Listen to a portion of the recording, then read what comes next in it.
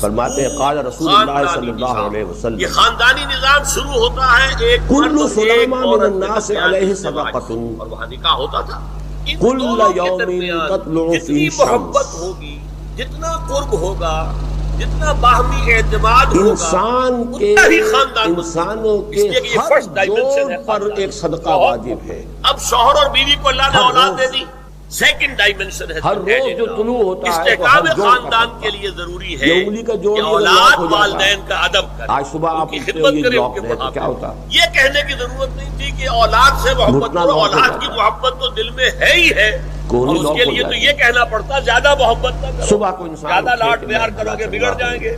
ان کے محبت کی وجہ سے حرام میں نہ مارو، انہیں اچھا کھلانا، اچھا پہنانا یہ روکا گیا. کہیں نہیں کہا گیا اپنی اولاد سے محبت کرو. طلوع ہوتا تو ہے، کریں گے. ہاں لیکن اس میں ہر جوڑ پر قرآن میں 5 جگہ اللہ کے حق کے فوراً بعد والدین کا حق ہے. وَقَضَىٰ رَبُّكَ أَلَّا تَعْبُدُوا إِلَّا إِيَّاهُ وَبِالْوَالِدَيْنِ إِحْسَانًا أَنِ اشْكُرْ لِي ہر سانس وَلِوَالِدَيْكَ. جب انسان کے یہ اندر سورہ جاتا ہے موجب لقمان میں تقویت ہوتا أَنِ ہے. اشْكُرْ لِي، شکر آکسیجن کرو میرا، میں قوت خالق ملی. ہوں تمہارا رب، اسی کو بند بڑے کریں گے، والدین اور انرجی اپنے ملے. والدین کیونکہ وہ ذریعہ بنے ہیں تمہارے سانس دنیا باہر میں آنے. نکلتا ہے، اور تم جب چھوٹے سے تھے یہ صفائی انہوں نے کا پالا ذریعہ پوسا بنتا ہے. کاربن ڈائی اپنا آکسائڈ پیٹ اور کاٹ کر بہت سی تمہیں چیزیں کھلایا ہے، نکلتی اپنی ہیں. رات کی نیندیں حرام کر کے بس تمہیں پالا ہے. بر ہر لہذا نفس دو وَقَضَىٰ شکر رَبُّكَ أَلَّا والدین. تَعْبُدُوا إِلَّا إِيَّاهُ وَبِالْوَالِدَيْنِ ہر إِحْسَانًا. سانس پر اور 2 تیسری مرتبہ ڈائمنشن، شکر کرنا. بہن بھائیوں میں رشتہ، اولو الارحام، صلہ رحمی کرو، ہر سانس اخوت. یہ 3 اندر گیا ہمارا موجب اسپیس کا تقویت. تصور کیا ہے؟ 3 باہر ڈائمنشن، بنا چوڑائی، موجب لمبائی ترقی. اور اونچائی یا گہرائی. یہ 3 لہذا ڈائمنشن ہے پس بر خاندان ہر کے ادارے نفس کی. دو اما شکر یبلغن عندک الکبر تقریباً احدہما اسی او طرح کا کلاہما، معاملہ ہے. اگر ان لیکن میں اب سے یہ کیسے کوئی ایک صدقے ہوں گے؟ یا دونوں اس صدقے ہی کی تمہارے جیسے کہ پاس پہلے آ بڑھاپے چکا کی ہے عمر کو پہنچ اسی ہی کی تعریف میں جائے، ہے. اما یبلغن عندک، تمہارے پاس بعد پہنچ میں جائے اس نے اگر صدقہ ان میں سے دو احدہما، ان آدمیوں میں کے سے کوئی درمیان ایک او کلاہما یا عدل دونوں. کراؤ، تو اب دیکھیے فیصلہ احکام کرا دو پورے عدل کے والے ساتھ. یہ بھی فلا تقل لہما اف. نمبر 1 تعین اف الرجل تک مت کہو. فی دابۃ اف کیا ہے؟ بڑی چھوٹی سی شے علیہا حقارت اور آمیز ہے، ترفع ناخن جو علیہا تراش لیے جاتے ہیں ان کو بھی متاعہ اف کہتے ہیں. اتنی سی چھوٹی بات بھی ان اور سے تم نہ مدد کہو کرو کہ کسی ان انسان گستاخی کی جو ہے اس اس کی درجے سواری میں کے ہو. معاملے جیسے میں کہ یہ تراشے ہوئے کہ اسے اس ناخن پر ہے، چڑھنے اس میں درجے مدد میں دو. بھی کوئی گستاخی ان کے ساتھ فلا تقل یا یہ لہما کہ اس کی کوئی اف چیز ہے اس کا آپ پر. سامان نیچے سے ہمارے اٹھا ہاں کے یہ لفظ اف زیادہ اوپر استعمال سوار نہیں ہو گیا ہوتا. ہے، تف اپنی استعمال، سامان تف ہے پکڑا رہے ہیں. تف ہے آپ پر. یہ بھی سب ہر کس افل لکما وما تعبدون، بل حضرت ابراہیم علیہ السلام نے ہر فرمایا پاک تھا بات سورہ اپنی انبیاء میں زبان سے نکالو. افل لکما، سورہ احقاف فلیقل خیرا میں جو او سرکش لیقل. اولاد ہوتی ہے ان کے بارے میں کہا بات گیا صحیح وہ اپنے کرے، اچھی والدین کہے کو افل لکما، یا خاموش آپ رہے. پر ہر اچھی بات نہیں. جو لیکن زبان یہاں سے جو نکل حکم سکتا ہے فلا تقل لهما اف، وبكل انہیں اف خطوة نمبر 2 ولا تنهرهما، الى الصلاة کبھی انہیں جھڑکنا مت. اور ہر قدم جو سائل نماز فلا کے لیے جاتا ہے تنهر، تو سورۃ اٹھاتا الضحیٰ ہے جو ہے یہ اس کی سب. جو آخری آیت ہے تو کسی کو جھڑکنا، کسی سائل کو جھڑکنا نہیں ہے. اگر نہیں کوئی دے اور سکتے راستے میں سے اب کوئی شرافت کے اذیت ساتھ ہے اس سے کوئی معذرت اذیت کرتے بخش بس چیز اللہ کو اللہ دور سے کرتا ہے. معاف کہیں کرے. روڑا بس پڑا ہوا ہے جھڑکو اور ہے ولا ٹھوکر کھا تنهر. جائے گا. نمبر ہو سکتا ہے 3 کوئی وقل لهما اندھا گزرے، قولا کریما، اس کے لیے کوئی مصیبت ان کے ہو ساتھ جائے، گفتگو کرو، اس کو اگر بڑے ہٹاتے ادب ہوئے کے چلے ساتھ، یہ بھی ان کا احترام ملحوظ رکھو. بات کرو لیکن یہ ہے کہ اس کے اندر احترام ملحوظ ہونا چاہیے، ادب ملحوظ رہنا چاہیے. ایسا نہ ہو کہ ان کے دل کو ٹھیس لگے. یہی ہے وہ جو بچہ سا تھا ہماری گود میں کھیلتا تھا، اس کی نجاستیں ہم صاف کرتے تھے، اس کو دودھ ہم پلاتے تھے، اس کو چلنا ہم نے انگلی پکڑ پکڑ کر. آج کل تو خیر اور بہت سی چیزیں ایجاد ہو گئی ہیں، واکرز ہیں اور کیا کیا ہے، لیکن پہلے کیا ہوتا تھا والدین ہی انگلی پکڑ کر چلایا کرتے تھے اور چلانا سکھاتے تھے. آج یہ سینہ تان کر بات کر رہا ہے، آج یہ اس طریقے سے جو ہے گستاخانہ انداز اس نے ہمارے سامنے اختیار کیا، وہ دل کو ٹھیس. میں نے اس سے پہلے بھی ایک مرتبہ آپ کو بتایا تھا کہ صرف 2 چیزیں ایسی ہیں جن کو محبت اور تعظیم کے انداز میں دیکھنا بھی عبادت، بس دیکھنا اور کچھ نہیں کرنا. ایک خانہ کعبہ محبت بھرے انداز میں آپ بیٹھے ہوئے ہیں، صرف نہ آپ طواف کر رہے ہیں، طواف کریں گے تو اور ثواب ہوگا. آپ بیٹھے ہیں صرف اور دیکھ رہے ہیں اور اس کے اندر احترام ہے، تعظیم. اللہم زد بیتک ھذا تشریفا و تکریما و تعظیما.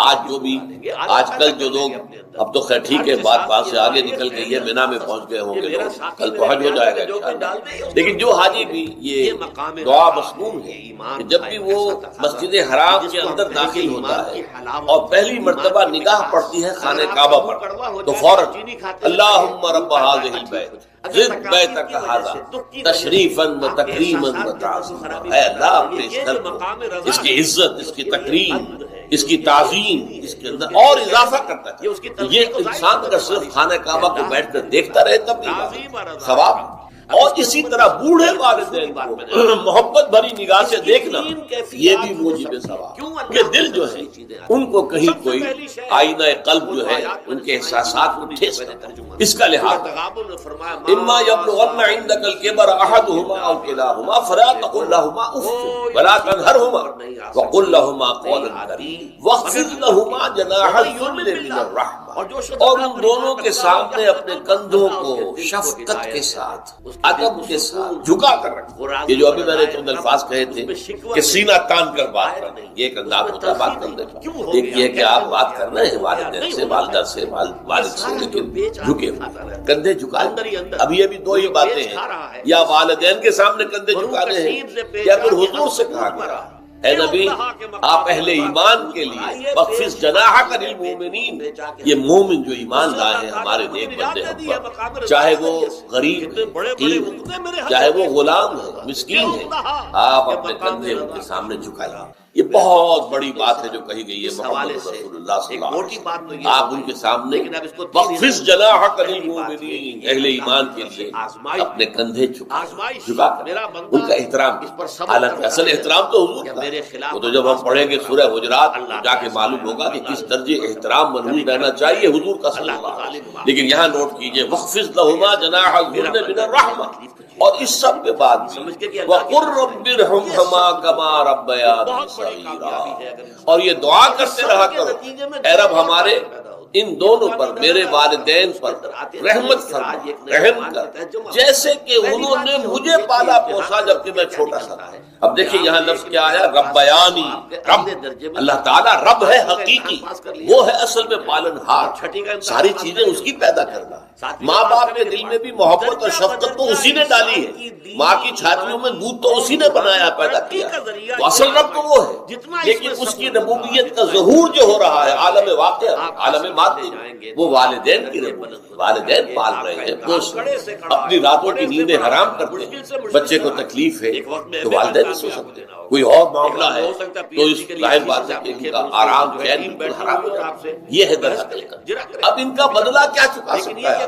میں نے بار عرض کیا ہے کہ شکر جو ہے وہ شکر کا تقاضا یہ ہے کہ انسان حق ادا کرنے کی کوشش کرے۔ هل جزاء الاحسان الا الاحسان، کسی نے آپ کے ساتھ بھلائی کی ہے تو آپ کو بھی اس کے ساتھ بھلائی کرنی ہے، لیکن والدین نے جو بھلائی تمہارے ساتھ کی ہے تم اس کا بدلہ کیا دے سکتے ہو؟ اگر تم نے ان کے بڑھاپے میں خبر گیری کر بھی لی تب بھی وہ بدلہ نہیں ہو سکتا کہ جو انہوں نے تمہارے وجود میں آنے اور تمہارے لیے جو مشقتیں جھیلی ہیں، جو ایثار کیا ہے، جو قربانیاں دی ہیں تمہیں پالنے پوسنے کی، ان کا بدلہ نہیں ہو سکتا۔ اس کا بدلہ ایک ہی، اور وہ کیا ہے؟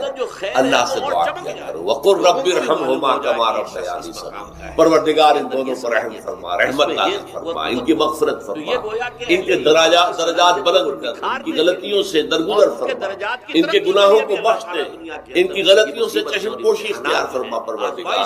اور یہ در حقیقت میں تجھ سے درخواست کیوں کر رہا ہوں کہ مجھ پر ان کے احسان کا بہت بڑا بوجھ، ان کے احسانات کا بدلہ میں نہیں چکا سکتا۔ وَقُلْ رَبِّ ارْحَمْهُمَا كَمَا رَبَّيَانِي صَغِيرًا، اور کہا کرو اے رب ہمارے، اے رب میرے ان والدین کے اوپر، بوڑھے والدین پر رحم فرما۔ اور ظاہر بات ہے کہ یہ سلسلہ یہ صرف زندگی کا نہیں ہے، ان کے انتقال کے بعد بھی رب ارحمہما کما ربیانی صغیرا، رب اغفر لی ولوالدی وارحمہما کما ربیانی صغیرا، یہ آپ کی نمازوں کے ساتھ دعاؤں میں مستقل دعا ہو جاتی ہے کہ پروردگار مجھے بھی بخشش فرما دے، مجھے بھی بخش دیجو، اور پھر میرے والدین کو بھی بخش دیجو، اور ان پر رحمت نازل کیجیے جیسے کہ اس نے مجھے پالا پوسا تھا جب کہ میں چھوٹا تھا۔ وقل رب ارحمہما کما ربیانی صغیرا۔ ابھی اس مضمون کا ایک اہم حصہ باقی ہے، اور وہ کیا ہے کہ والدین میں سے والدہ کا مقام جو ہے وہ 3 گنا زیادہ۔ اس پر انشاءاللہ تعالی اب اگلی نشست میں گفتگو ہوگی۔ اقول قولی ھذا واستغفر اللہ لی ولکم ولسائر